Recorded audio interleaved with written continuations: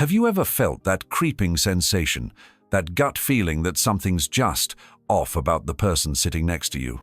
In today's video, we're diving deep into the ancient wisdom of Stoicism to reveal 6 bone-chilling red flags that expose the truly evil among us. And trust me, number 4 will completely change how you look at your co-workers. Evil doesn't always wear a monster's face. Sometimes it sits in your office, smiles at your dinner table, or even leads your team. The ancient Stoics, masters of human nature, left us a blueprint for identifying these wolves in sheep's clothing. Today, we're combining their timeless wisdom with modern psychology to help you spot these dangerous individuals before they can harm you. Red flag number 1. The emotional vampire. Picture this. You're having a great day until they walk in. Suddenly, the room's energy shifts. This is no coincidence. It's the mark of an emotional vampire, and the Stoics knew all about them. Marcus Aurelius warned us about those who drain others' vitality. These people don't just have bad days, they orchestrate emotional chaos. They feed off drama, creating problems where none exist, and their presence leaves you feeling inexplicably exhausted. The true danger lies in their subtle manipulation. They don't announce their intentions. Instead, they slowly erode your boundaries, making you question your own judgment. They're masters of gaslighting, using confusion as their weapon of choice. Notice how they react when others succeed. While a healthy person celebrates others' victories, these individuals immediately diminish achievements, often with backhanded compliments or constructive criticism that feels more destructive than helpful. Their conversations always circle back to negativity. Even positive news becomes ammunition for their pessimistic worldview. The Stoics taught that virtue is contagious, but so is vice. These people are carriers of emotional poison. Watch their effect on group dynamics. Like a stone thrown into still water, their presence creates ripples of discord. Teams fragment, friendships strain, and productivity plummets. Yet they always position themselves as the victim or the solution, never the problem. They're experts at creating dependency. Through subtle manipulation, they make others feel responsible for their emotional state. This is what Epictetus warned about when he spoke of those who attempt to control others through emotional blackmail. The most telling sign? Their inability to self-reflect. While Stoicism emphasizes personal responsibility and continuous self-improvement, these individuals deflect all criticism. Their problems are always someone else's fault. Over time, they build a network of enablers. They identify empathetic people and exploit their kindness, creating a web of codependent relationships that serve their needs. They use emotional intensity as a smokescreen for their true nature. When confronted, they respond with such dramatic displays of emotion that others back down, reinforcing their toxic behavior patterns. The ultimate red flag is their relationship with truth. They construct elaborate narratives where they're always the hero, even when evidence suggests otherwise. They believe their own lies so completely that they can pass lie detector tests. Their presence creates a psychological fog. You'll find yourself making excuses for their behavior, doubting your perceptions, and feeling guilty for having negative thoughts about them. This is exactly what they want. Red flag number 2. The calculated chameleon. At first glance, they seem perfect. Too perfect. They mirror your interests, finish your sentences, and seem to understand you better than you understand yourself. But the Stoics taught us to be wary of those who wear too many faces. These individuals study human behavior not to understand it, but to exploit it. They're social chameleons who can instantly adapt to any situation, any group, any individual. It's not adaptation for connection, it's adaptation for control. Their adaptability isn't authentic growth, it's tactical shape-shifting. Seneca warned about those who change their personality more often than theirs. These people don't evolve. They calculate. Watch how they behave when they think no one's looking. The mask slips, revealing a coldness that contradicts their warm public persona. This Jekyll and Hyde dynamic is a classic sign of calculated manipulation. They collect personal information, like others collect stamps. Every detail you share becomes potential ammunition. They remember everything, not out of care, but for future leverage. Their relationships follow a pattern, intense bonding followed by strategic distance. They're experts at creating artificial intimacy, using it to extract what they need, then moving on to their next target. Pay attention to their stories. While they seem to share personal details, their revelations are carefully curated. They give the illusion of vulnerability without actually being vulnerable. Their empathy is performed, not felt. They've learned the right words, the right expressions, the right gestures, but something feels mechanical about their responses. It's empathy through imitation. They're masters of social triangulation. They tell different versions of the same story to different people, creating confusion and conflict that they can later exploit for their own benefit. Their loyalty shifts with the wind. Today's best friend becomes tomorrow's worst enemy, depending on what serves their interests. They rewrite history to justify these shifts, gaslighting others into questioning their memories. The most dangerous aspect, their ability to make their targets feel special. They study what each person craves, validation, understanding, success, and present themselves as the key to achieving it. In groups, they're social puppeteers. They understand group dynamics well enough to manipulate them, creating alliances and rivalries that serve their agenda while maintaining plausible deniability. Red flag number 3. The silent saboteur. They're the quiet ones, but don't let their silence fool you. The silent saboteur operates in the shadows, and as Epictetus warned, small things become big things when left unchecked. Their weapon of choice? Selective inaction. They don't actively attack, they simply fail to act when action is needed.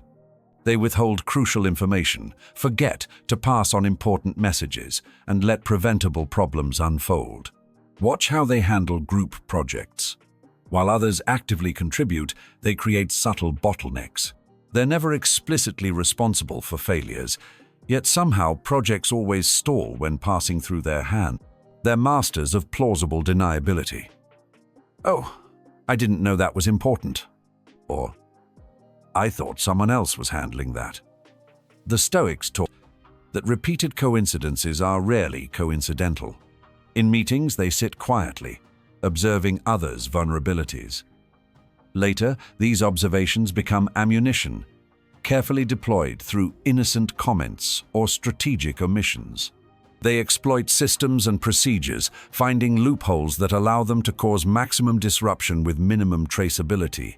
Their knowledge of rules exists not to follow them, but to manipulate them. Notice their pattern of selective competence.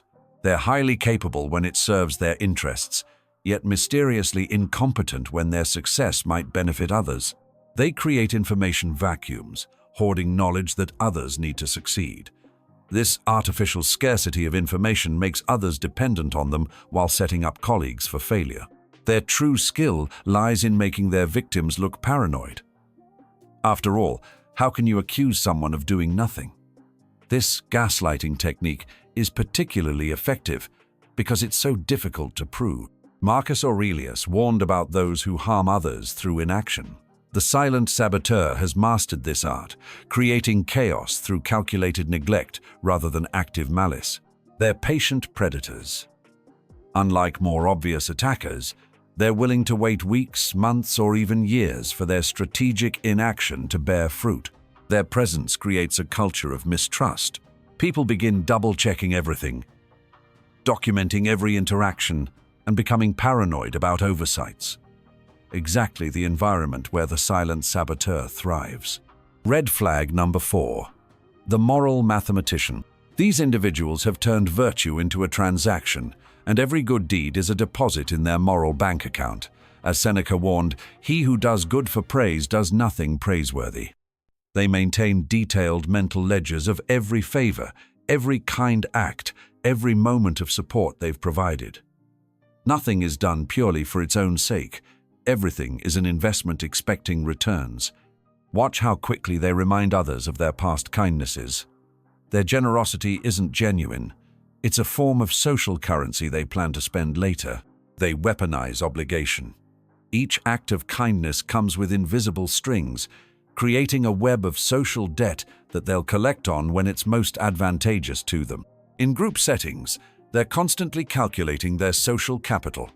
Every interaction is measured, every relationship evaluated based on its potential return on investment. Their language reveals their transactional mindset. They frequently use phrases like, "You owe me," "After all I've done," and "I expected more from you." Gratitude is their favorite form of guilt. They're experts at moral licensing. After doing something good, they feel entitled to behave badly, using their positive actions to justify negative ones. Pay attention to their timing. Their kindness peaks when they need something or when others are watching. Their generosity is performative, designed for maximum social impact. They maintain an elaborate scoring system for relationships. Every interaction is weighted, measured, and recorded for future leverage. They never forget a debt, real or perceived. The most insidious aspect? They truly believe their calculations are just.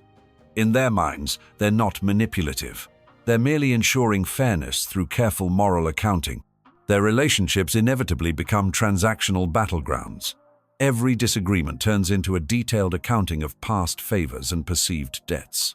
When confronted, they respond with an itemized list of their contributions, turning relationships into balance sheets and love into liability. Red flag number 5. The power parasite. These individuals don't just want power. They need it like oxygen. But unlike direct power seekers, power parasites feed off others' authority while avoiding responsibility. They're experts at identifying the real centers of power in any organization or group. Like social bloodhounds, they track influence to its source and attach themselves to it. Watch how they position themselves. They're always close to authority, but never in the spotlight. They prefer to be the power behind the throne, wielding influence without accountability. Their networking isn't about connection, it's about consumption. They collect powerful people like assets, always maintaining multiple power sources in case one runs dry. They're masters of proxy warfare.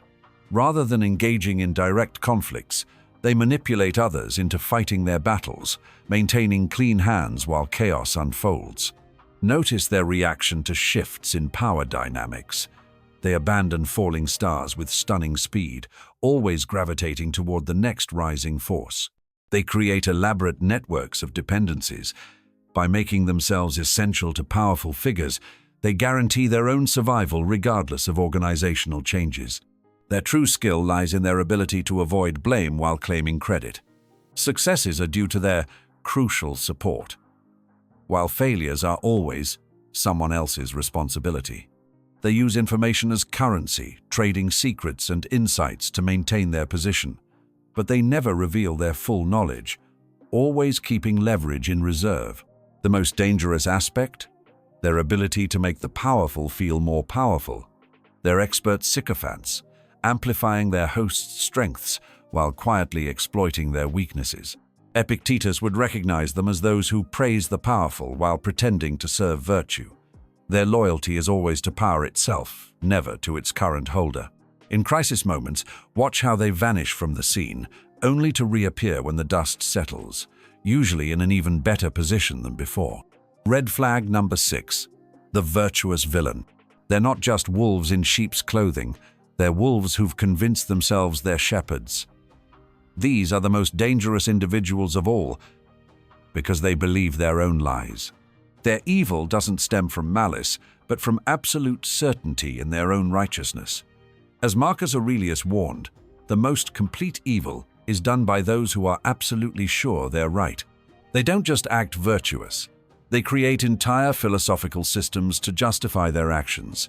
Every harmful deed is rationalized as necessary for some greater good. Watch how they respond to criticism. Unlike other manipulators who might deflect, they counterattack with elaborate moral justifications, turning accusers into heretics against their righteous cause. They're crusaders without a conscience. Any action, no matter how harmful, becomes acceptable if it serves their noble purpose. The ends always justify their means. Their language is filled with moral absolutes. They don't have opinions, they have truths. They don't make mistakes, They make necessary sacrifices for the greater good. Notice how they treat dissenters. Disagreement isn't just wrong, it's evil. Those who oppose them aren't just mistaken, they're morally corrupt. They create moral hierarchies with themselves at the top. Their followers aren't just supporters, they're disciples in a righteous cause. Their critics aren't just opponents, they're enemies of virtue itself. The most frightening aspect? Their complete lack of doubt. While true wisdom involves questioning oneself, they've achieved a dangerous state of moral certainty. They use virtue as a shield and a weapon. Their supposed righteousness protects them from criticism while justifying their attacks on others. Their presence creates moral confusion in others. By twisting ethical principles to serve their ends, they make others question their own moral compasses. The ultimate danger lies in their legacy. Long after they're gone, their corrupted moral frameworks continue to influence others, spreading their toxic version of virtue like a virus. The ancient Stoics knew that evil rarely announces itself. It creeps in through small compromises, justified actions, and subtle manipulation. But now you have the tools to spot these red flags before it's too late. Remember, awareness is your first line of defense. These individuals thrive in the shadows of ignorance, but once exposed to the light of understanding, they lose their power over you. If you've recognized any of these red flags in your life, don't panic, but don't ignore them either. Subscribe for our next video on how to protect yourself using Stoic principles against these toxic individuals.